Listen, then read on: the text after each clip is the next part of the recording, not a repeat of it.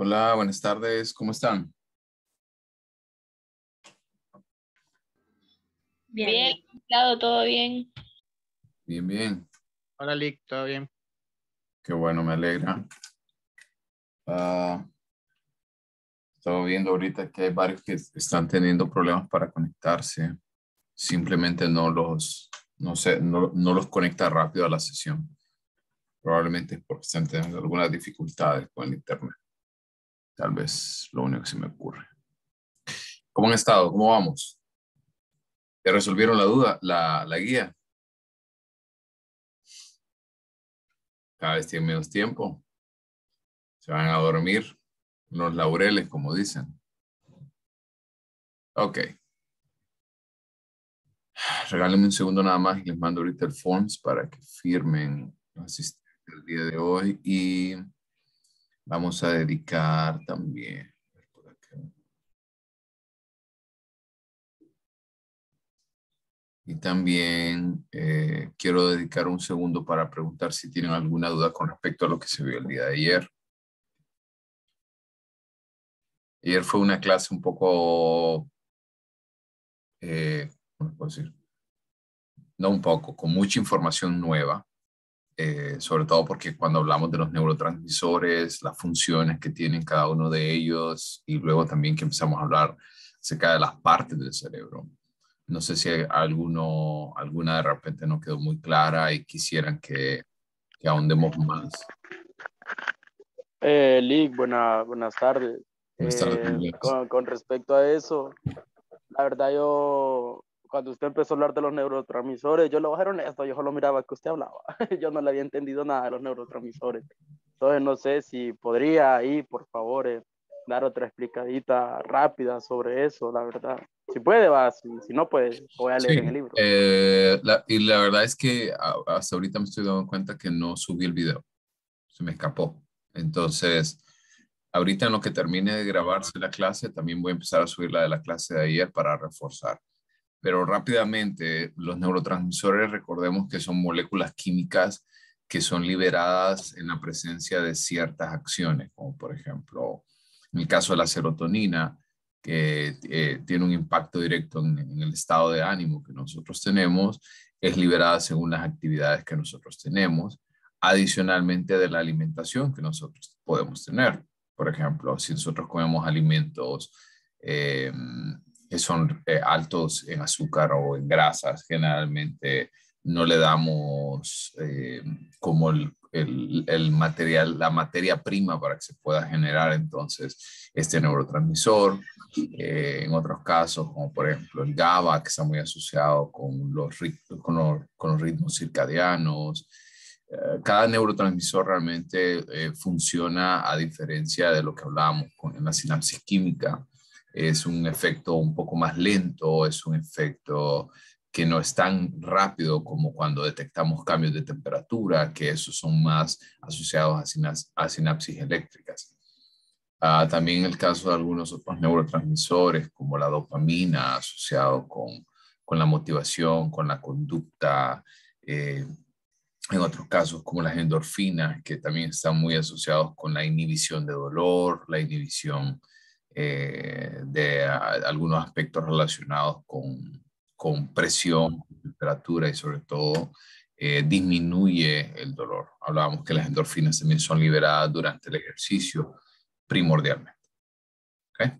Eso fue un resumen rápido, pero pocas palabras, que son los neurotransmisores, sustancias químicas que afectan distintas funciones a nivel corporal, como estado de ánimo, como motivación, la conducta, cambios a nivel de temperatura, cambios a nivel, por ejemplo, la regulación de los ritmos circadianos, ritmos sueño-vigilia, entre otras cosas. ¿Ok? Ok, Lee, gracias. A la orden. Les dejo por aquí el forms para que lo vayan llenando y voy a iniciar a compartir pantalla. Hoy vamos a ver un video rápidamente de imaginología médica. Así que es un video de cerca de unos 12 minutos.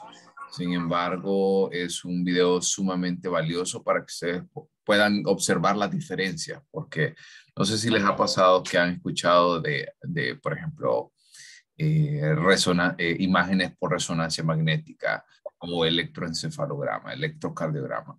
Y todas estas son herramientas que nos ayudan a, sobre todo, a poder estudiar un poco más a fondo los aspectos relacionados con el cerebro. Y específicamente la resonancia magnética es una de las herramientas más valiosas que nosotros podemos tener para el estudio de estas estructuras. ¿Okay?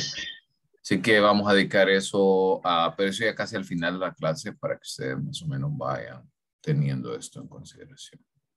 Voy a empezar a compartir pantalla. No sé si lo logran ver ya, full. Sí. Super. Sí. Ok. Y si quieren vamos apagando ya la cámara, gracias a los que siguieron la instrucción. Espero que los que no lo hicieron ahorita no tengan necesidad de hacerlo al final de la clase. De manera rápida nos quedamos el día de ayer estudiando algunas de las estructuras más importantes a nivel cerebral. Que la primera división importante es que el cerebro se va a dividir en hemisferio izquierdo y hemisferio derecho. Adicionalmente, cada hemisferio tiene 4 lóbulos, el lóbulo frontal, parietal, occipital y temporal. Y a su vez también habíamos hablado de ciertas estructuras, no las vamos a tocar todas porque no, por lo general no es una clase médica. Sin embargo, vamos a tratar de por lo menos tocar los puntos más importantes. Y en el caso de las estructuras más importantes que veíamos, tales como el giro cingulado, muy asociado con el sistema límbico y el control de las emociones, la glándula pineal, bueno, habíamos hablado de la glándula pineal, la hipófisis y el hipotálamo como 3 estructuras sumamente valiosas en gestionar, producir distintas hormonas y no solamente producir hormonas, sino también en el caso de la hipófisis, que es conocida como la glándula maestra, que genera como una función sumamente valiosa al transmitir información en otros aspectos. Hablábamos también que le envía información a otras glándulas como la tiroides, como tales como la tiroides, tal como las gónadas en el caso de los hombres, los testículos en el caso de las mujeres, los ovarios. También se le envía información, por ejemplo, en el caso de las mujeres, ahí mismo en los ovarios para que puedan generar oxitocina, que es una de las hormonas mayormente utilizadas durante el proceso de lactancia, entre otras cosas. Hemos hablado también acerca del sistema límbico y habíamos visto también en el punto inicial de cómo el individuo es capaz de poder asociar entonces la memoria con las emociones, porque existen 2 estructuras como el fornix y el hipocampo que están sumamente asociados con memoria y a su vez están muy relacionados con las emociones. Y ahora pasemos a hablar un poquito, hasta ahí nos quedamos el día de ayer, ahora empecemos a hablar un poco acerca del cerebro. Estamos hablando del encéfalo, las distintas partes, y otro de los nombres que recibe, o el más popular, por así decirlo, es el cerebro. En general, ya recordemos que el cráneo como tal es el hueso que rodea todo el cerebro, y por ende es una de las estructuras más fuertes, específicamente el cráneo, porque rodea una también de las estructuras más débiles a nivel corporal. Si nosotros vemos a nivel de composición y relación, el cerebro es un órgano bastante pequeño, por así decirlo. Puede ocupar más o menos un 2% a un 3% del peso corporal total. Sin embargo, pues ustedes pueden observar la cantidad de estructuras y de funciones sumamente complejas que existen en ese órgano.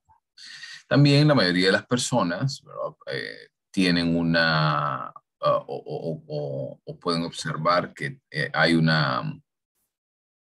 como un pequeño recelo en este sentido. Y cuando pensamos generalmente en un cerebro, lo primero que se nos viene a la cabeza es son los hemisferios. Pero no solamente los hemisferios, sino que ahora ya ustedes ahora pueden hablar con propiedad acerca de los lóbulos y de algunas de las estructuras más importantes, como las glándulas que veíamos con anterioridad. Estas son las partes y aquí quiero hacerles, denme un segundo para poder abrir la otra aplicación. Y hablábamos, no sé si ustedes han escuchado alguna vez acerca de la teoría del cerebro tripartito de MacLean. ¿Alguna vez la han escuchado? No. No, Lick. ¿No? El cerebro tripartito de MacLean, están viendo ahora otra vez mi pantalla, ¿verdad?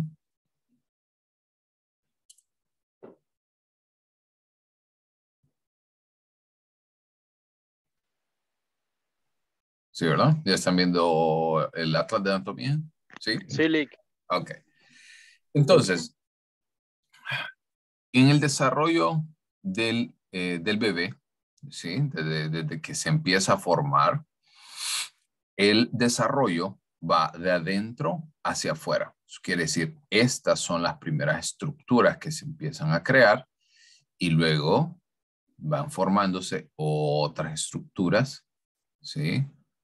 En este orden que ustedes acaban de ver. Se va desarrollando de adentro hacia afuera. Entonces, esta es la primera, me salió como un 2.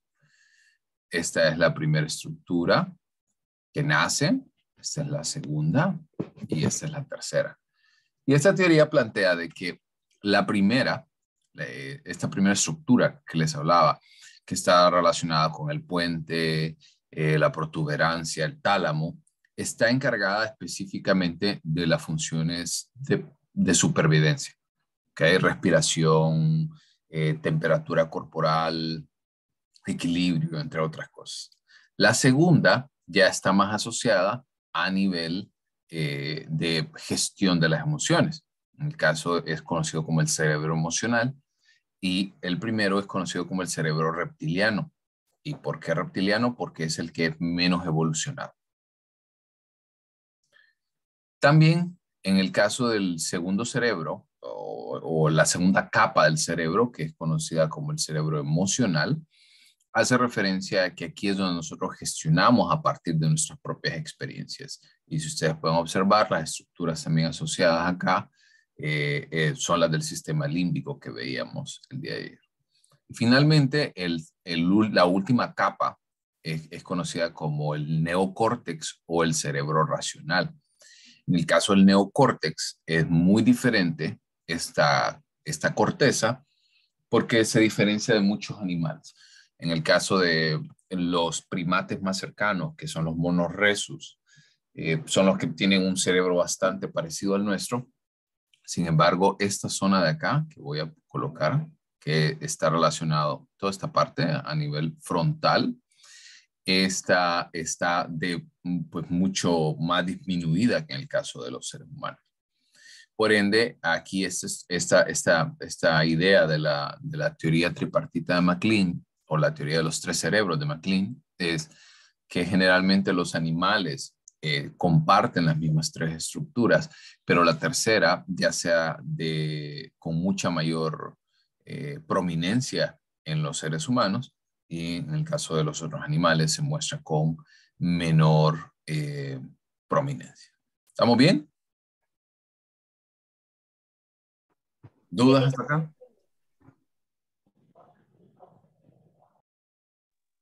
No, Lick. Ok. Volviendo entonces a esto.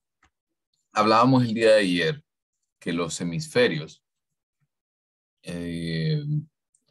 están muy relacionados con, y lo que hablábamos, que es la percepción general, es que el hemisferio izquierdo, como ustedes pueden observar, es más verbal, es más lógico, más analítico.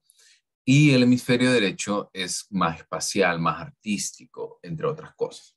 Pero esto es, como hablábamos,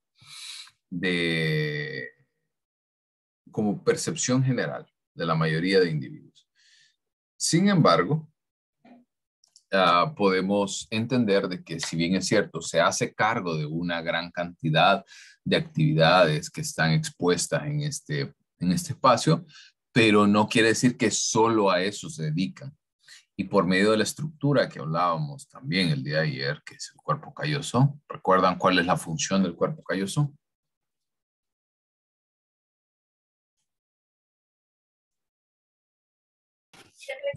Intercambiar información.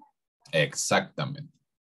Eso quiere decir que lleva información del hemisferio izquierdo al hemisferio derecho. Y algo que nosotros,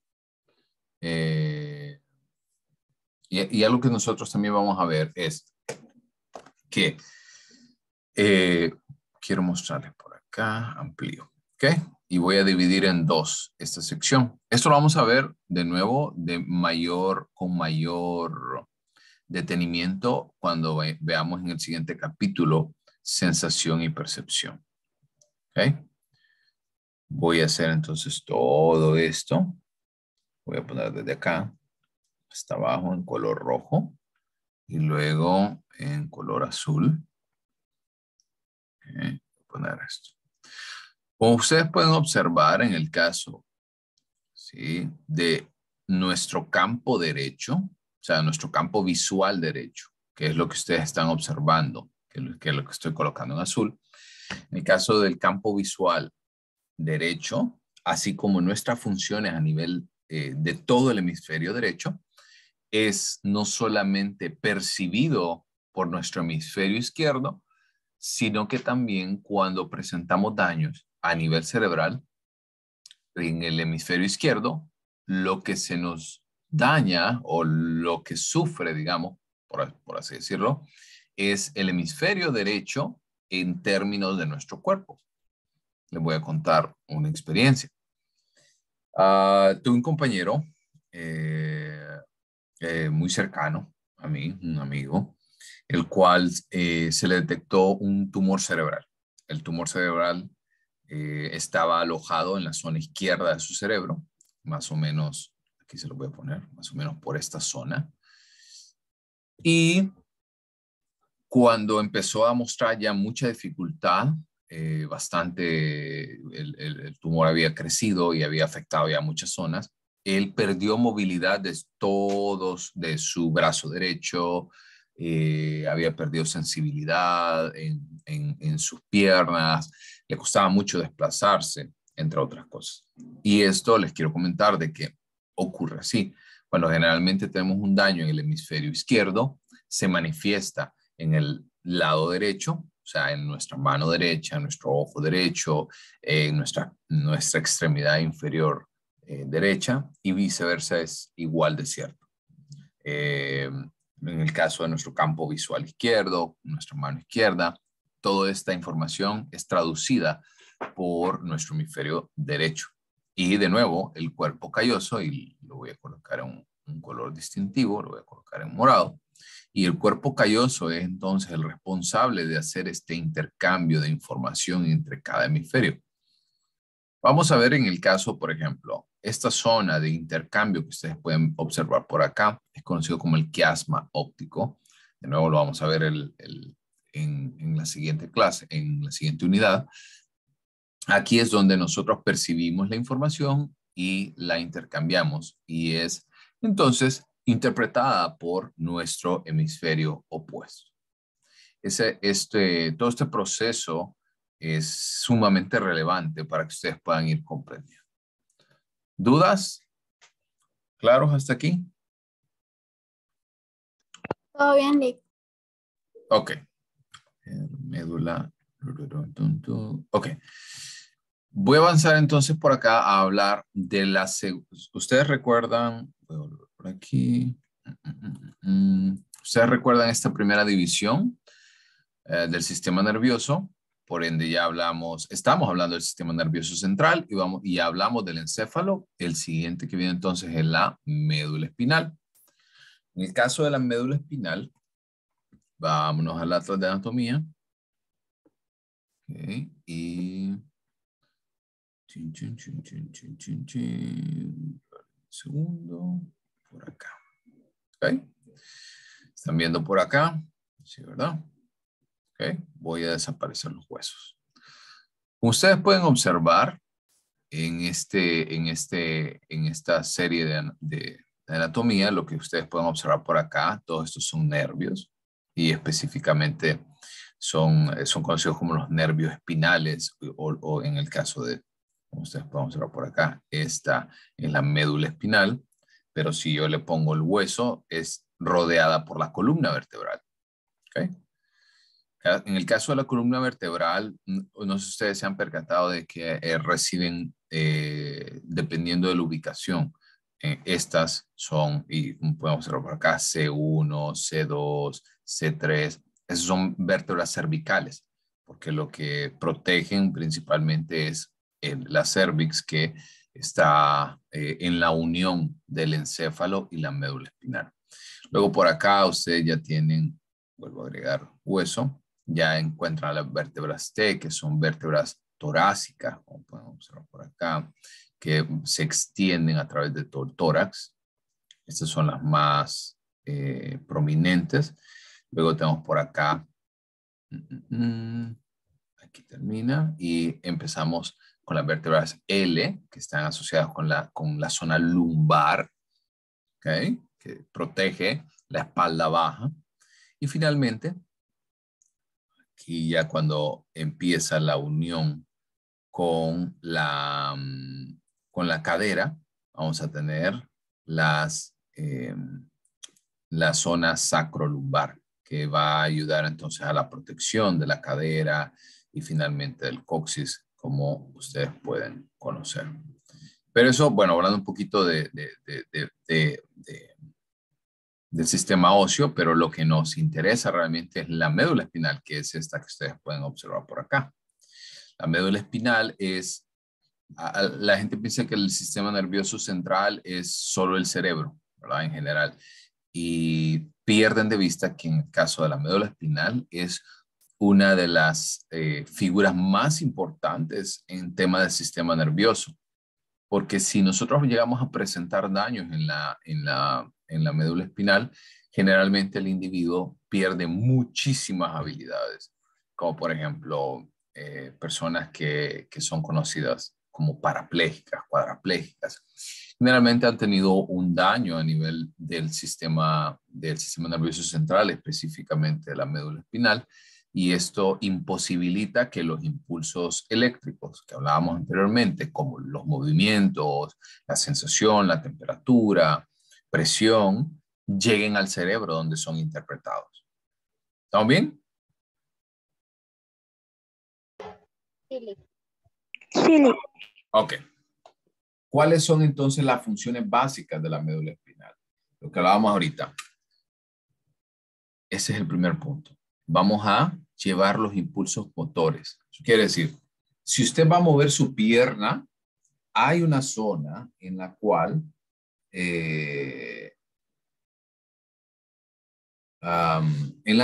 va a enviar esta información dependiendo de qué es lo que vamos a hacer. Si nosotros vamos a mover nuestro brazo izquierdo, pues ahora ya entienden que este movimiento nace del hemisferio derecho, específicamente de la corteza motriz, y a través de la médula espinal es que llevan estos impulsos a los músculos, pero también a los órganos internos. Porque yo le puedo decir, ok, levante su mano izquierda y usted lo puede hacer. Pero si yo le diga, a ver, haga la digestión, ¿cómo es esa orden? ¿Cómo la transmitiría usted?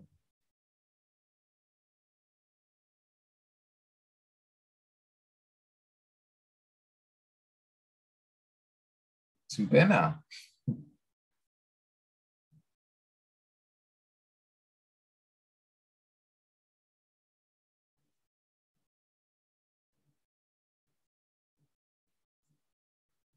A ver. Nadie.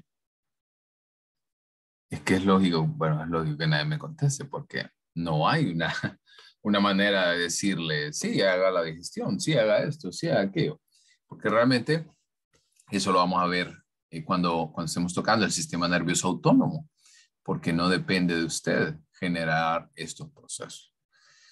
Así que a nivel interno, como por ejemplo, usted no le dice a su corazón, bombea sangre, o no le dice a sus pulmones que saquen el dióxido de carbono, que son funciones autónomas. Y eso corresponde al sistema nervioso autónomo, que lo vamos a ver, creo que vamos a verlo el día de mañana, después de terminar con la imagenología médica.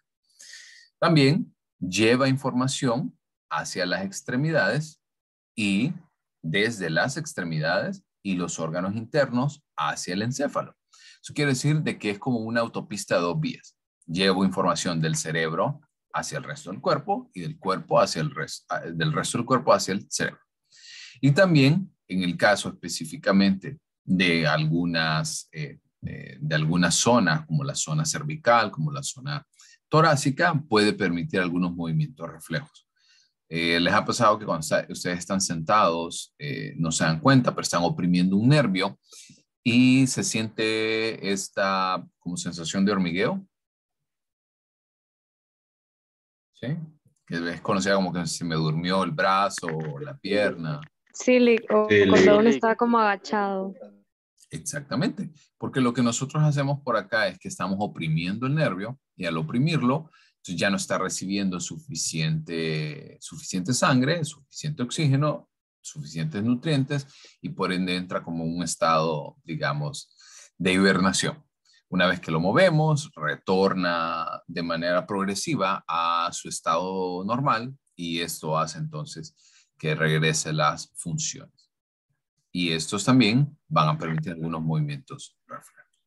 Pero ¿por qué duele, Lick? Generalmente no duele cuando nos sentamos como tal, o sea, como cuando usted se sienta mal, no duele.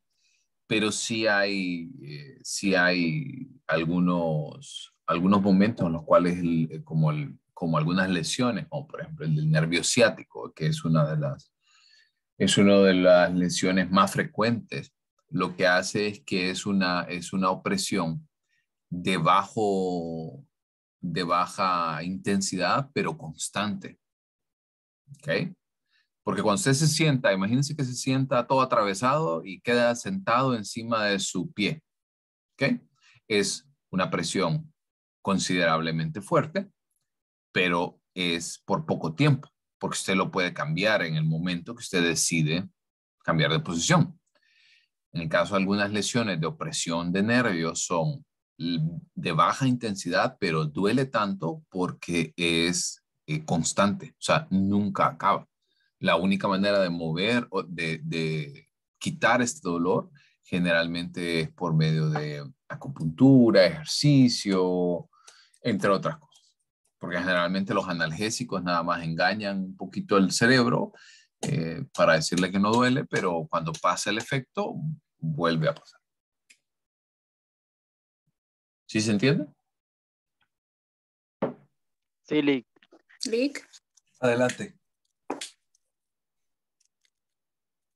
eso mismo es lo que pasa cuando usted dice, por ejemplo, me está brincando un nervio, que en mi caso, por ejemplo, cuando usted está en altos niveles de estrés, como que siente un tique en el ojo, que como que le está brincando el nervio o en los brazos.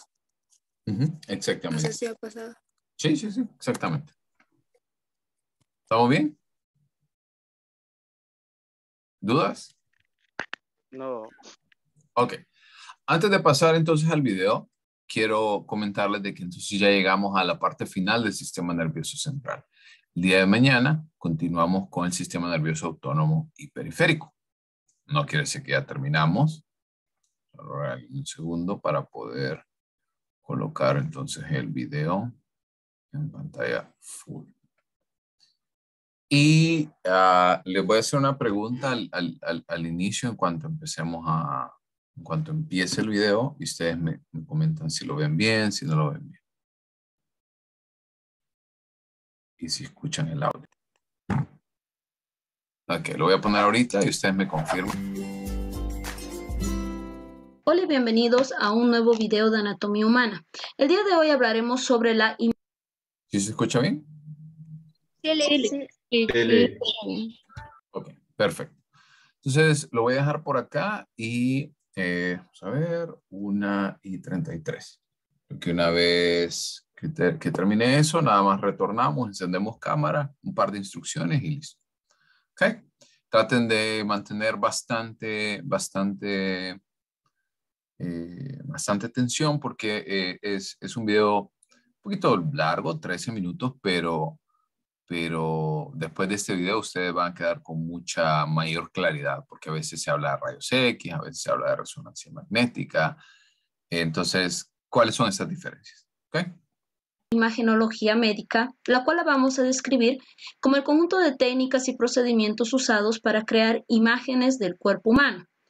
La imagenología permite visualizar estructuras del interior del cuerpo y son cada vez más útiles para un diagnóstico preciso tanto de la anatomía como de la fisiología. Como habíamos dicho al inicio del tema, normalmente ya no hacemos disecciones en los pacientes para saber qué componentes tienen sus órganos, sino lo que vamos a hacer es observar mediante esta serie de imágenes que son como fotografías. Vamos a estudiar una a una estas técnicas. Primero vamos a tener a la radiografía. En este procedimiento solamente un haz de rayos X impacta sobre las imágenes. Por ejemplo, aquí podemos ver una radiografía. Perfecto. Y van en una sola dirección y la imagen se vuelve bidimensional. A esta imagen la vamos a conocer como radiografía. Normalmente tiene que ser en una porción antero-posterior y lateral, las de tórax, para evidenciar a más a detalle cada una de las estructuras. Normalmente los rayos no atraviesan las estructuras que son densas o que son duras, es por eso que los huesos se ven blancos. Y las estructuras que son huecas como los pulmones, como estamos viendo acá, se ven oscuras o se ven negras. Esa es la característica.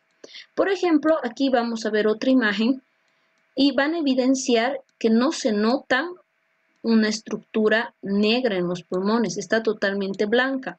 Esta radiografía corresponde a un paciente que está en su 13º día de internación en la unidad de terapia intensiva con una infección de COVID-19. Podemos ver los condensados que existen en los pulmones y estas áreas de condensación hacen referencia a que los pulmones se encuentran ocupados por consolidaciones, ya sean víricas, bacterianas, en este caso es viral, y los rayos no pueden atravesar la estructura y se encuentran condensados. Ahí vemos las lesiones. La radiografía se puede utilizar en otros métodos como son la mamografía. En una pequeña dosis se puede utilizar para estudiar órganos blandos como las mamas, en la cual tenemos a la paciente y se debe poner de esta manera, obviamente con toda la protección, y tomar las imágenes. Normalmente se pueden ver imágenes de esta manera. Aquí vemos una mama y lamentablemente ya vemos estas lesiones blanquecinas. Recuerden, los rayos no pueden pasar las estructuras que son densas y se vuelven blancas. Entonces aquí ya estamos viendo un infiltrado bastante grande de una lesión neoplásica. Es muy importante recomendar a las mamás siempre que a partir de los 50 años deben hacerse el estudio de la mamografía para detectar precozmente cualquier tipo de alteración de cáncer. En otros casos también se puede utilizar los rayos X para hacer este estudio que se conoce como densitometría ósea, en la cual la paciente se encuentra recostada, se toma imágenes y luego son evaluadas por una serie de fórmulas que no es necesario que lo aprendan ahora, lo van a aprender después, y podemos evidenciar si el hueso está normal en su densidad, si tiene osteopenia o tiene osteoporosis, que es una patología en la cual hay un aumento de la resorción ósea. Eso respecto a la radiografía. En general, al momento de estudiar la anatomía, la radiografía es muy utilizada, es un método relativamente económico, es barato y es fácil de practicar y se podría decir, el método más utilizado en todos los hospitales del mundo. Pero no solamente nos permite ver anatomía, también podemos ver algo de fisiología. Por ejemplo, en estas imágenes lo que vamos a ver es cómo se puede utilizar algún tipo de fluidos o contrastes para poder inyectar en ciertas arterias del cuerpo y evidenciar lesiones donde puede haber una obstrucción, por lo general en los vasos sanguíneos, y ver por qué no está llegando el corazón a una determinada parte del cuerpo. Ahora, también existe este tipo de estudio en otros órganos, tales como la pielografía que se realiza en el aparato urinario. Aquí podemos ver, por ejemplo, un enema de colon que le dicen, en el cual ponemos colorante y podemos evidenciar mediante una radiografía si existen zonas de obstrucción en este paciente. Perfecto. Vamos a otro estudio que es la resonancia magnética. La resonancia magnética normalmente es un procedimiento en el cual exponemos a nuestro paciente a un campo magnético, similar al de la tomografía, ahorita vamos a ver. Se expone un campo magnético de alta energía que hace que los protones, que son partículas de carga positiva, se organicen en relación al campo. Después de un pulso de ondas, lee estos patrones iónicos y se forma una imagen. Normalmente la imagen no va a salir como las radiografías en un papel.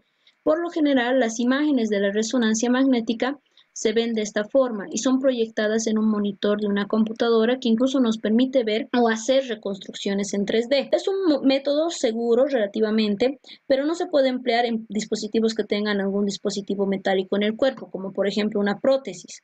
Muestra detalles de los tejidos blandos, por lo general. No es muy bueno para evaluar huesos, permite detectar algunos cambios en el tejido musculoesquelético, hepático, renales, detectar tumores. Esa es su principal función.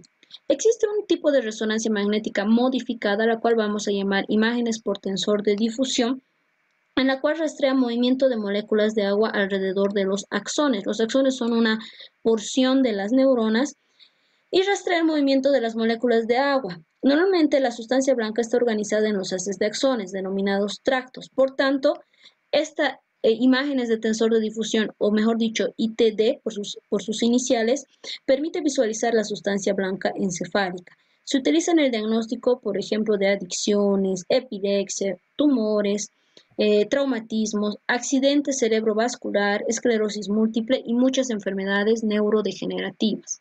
Entonces es un estudio bastante costoso, pero que nos aporta gran información de diversas patologías. Vamos al siguiente estudio, la tomografía. Bien utilizada la tomografía, que se puede denominar tomografía computarizada o también denominada tomografía axial computarizada. Por eso le dicen TAC también o TC solamente.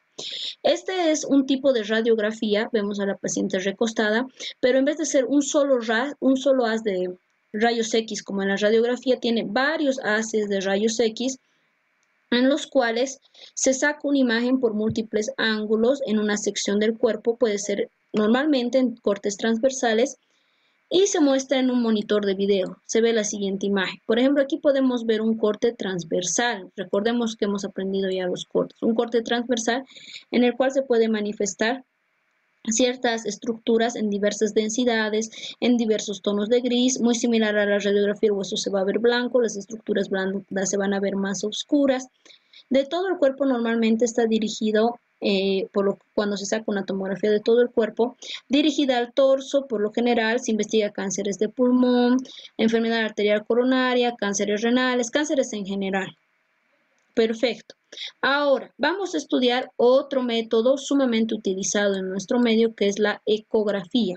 La ecografía es un estudio en el cual se utiliza esta estructura que se denomina transductor, el cual va a estar conectado hacia una pantalla y podemos ver imágenes blandas. Aquí ya no utilizamos ni magnetismo ni rayos X como en los anteriores. En este vamos a utilizar el sonido. Normalmente la imagen se forma gracias a un sonido y también por eso se llama ultrasonografía.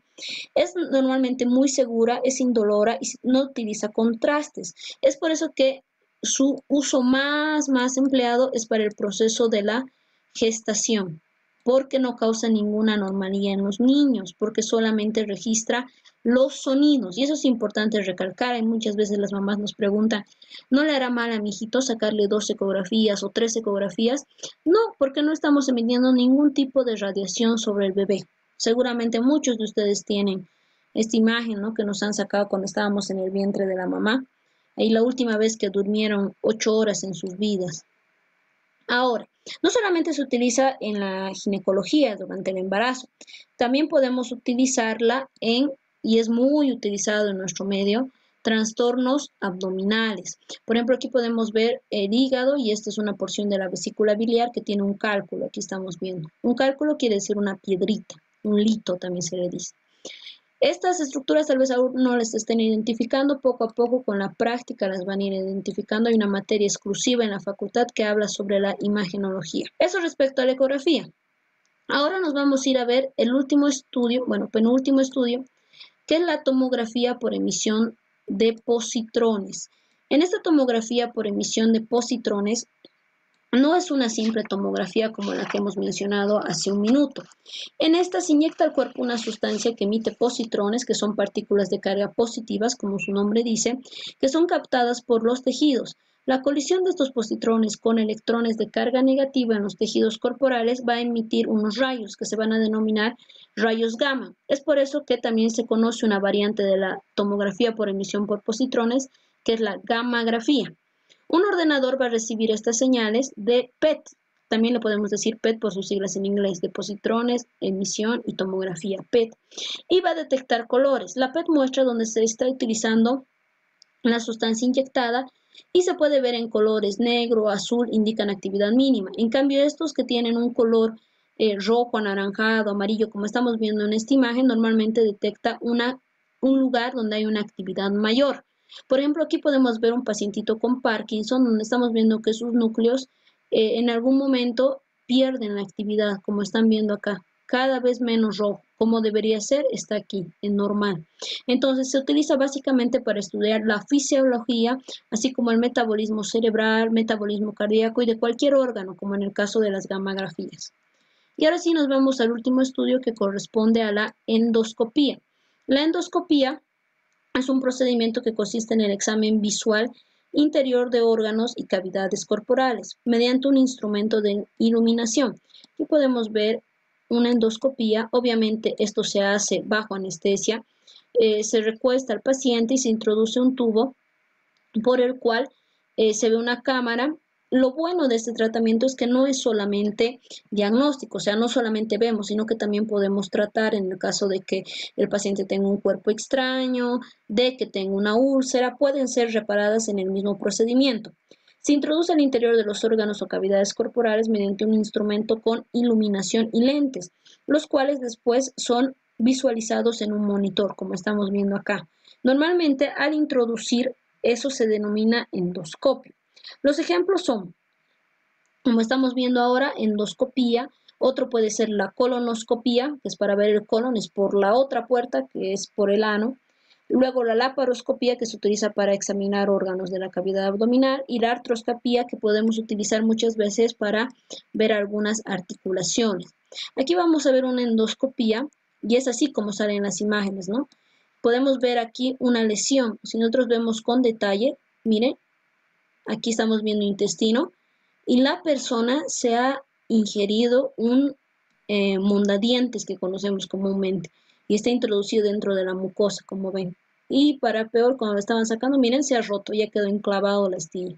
Entonces se utiliza para muchas cosas, desde sacar objetos extraños hasta el tratamiento de úlceras. Listo, hasta ahí nuestro tema de hoy correspondiente a imagenología. Algo que quiero que sean conscientes es que además de estos estudios existen otros estudios más, tal vez más modernos, otros más detallados, otros más específicos, típicos de alguna especialidad médica, pero lo que nos interesa es saber las bases de estos tratamientos. En los rayos X, como hemos mencionado, la impactación de rayos X en muchos estudios, otros con ondas magnéticas, otro el scan PET, donde utilizamos positrones y generan rayos gamma, la tomografía, que también utiliza rayos X, pero en varias perspectivas. Entonces, es muy importante saber cuáles son las técnicas que utilizamos y qué imagen nos va a dar. Perfecto, muchas gracias por tu atención. Hasta aquí la ronda de videos del tema 1. Ok. Sí, por ahí no se durmieron. ¿O sí?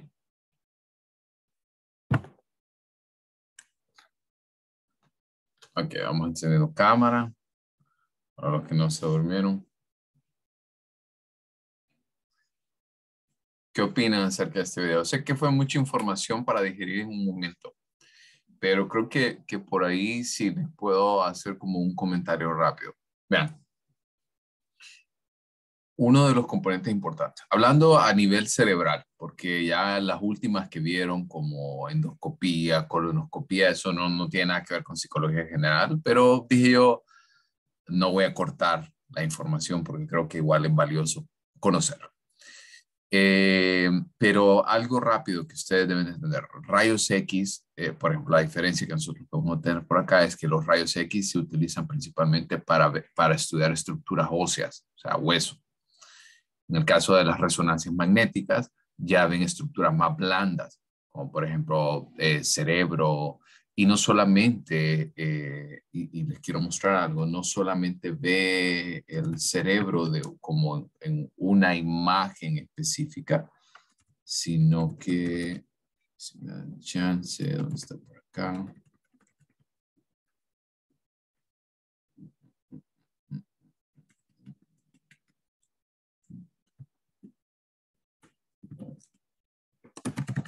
Ay, no lo tengo, creo que no lo tengo aquí a mano. No la tengo aquí a mano. Se la voy a enseñar el día de mañana. La tomografía del compañero que les comentaba. Y lo interesante de esto es que cuando se entregan los informes, son informes sumamente especializados y entregan cerca, creo que son de entre 30 y 40 imágenes, más o menos, para que ustedes puedan observar. O sea, como que hicieran como que tuviéramos el cerebro, ¿no? Imagínense que así.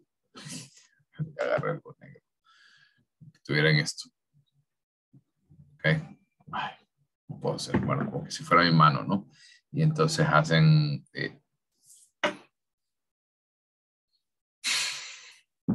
bueno, imagínense que es mi cara y hace varios cortes del cerebro, ¿no? Entonces hacen cortes transversales, entonces como que hacen ese corte y lo que usted ve es eso. Se lo voy a mostrar bien el día de mañana para que ustedes puedan obtener un poquito de más información. Y otra de las estructuras también bien interesantes que podemos entender para estudiar el funcionamiento del cerebro es el electroencefalograma. Mide específicamente la sinapsis eléctrica que hemos visto y también la tomografía axial por positrones. Esa que vieron ustedes que tiene como colores y todo eso, eso es porque se da una bebida y en la bebida es específico para que se aloje donde hay lesiones generalmente. Cuando se ubica entonces en la zona que está afectada, se toma entonces esa imagen del cerebro y dependiendo de dónde se aloje esta bebida, así se determina entonces qué tipo de daño está experimentando el individuo. ¿Ok? Bueno, y con eso entonces terminamos por el día de hoy. Mañana continuamos hablando del sistema nervioso somático y autónomo. ¿Ok? Gracias, pórtense bien. Hasta mañana. Gracias. Dentro de un rato subo la clase hoy y la clase ayer. Ok, Lick, gracias. Nos vemos, Lick, gracias. Gracias, Lick. Gracias, Lick. Gracias, Lick. Buenas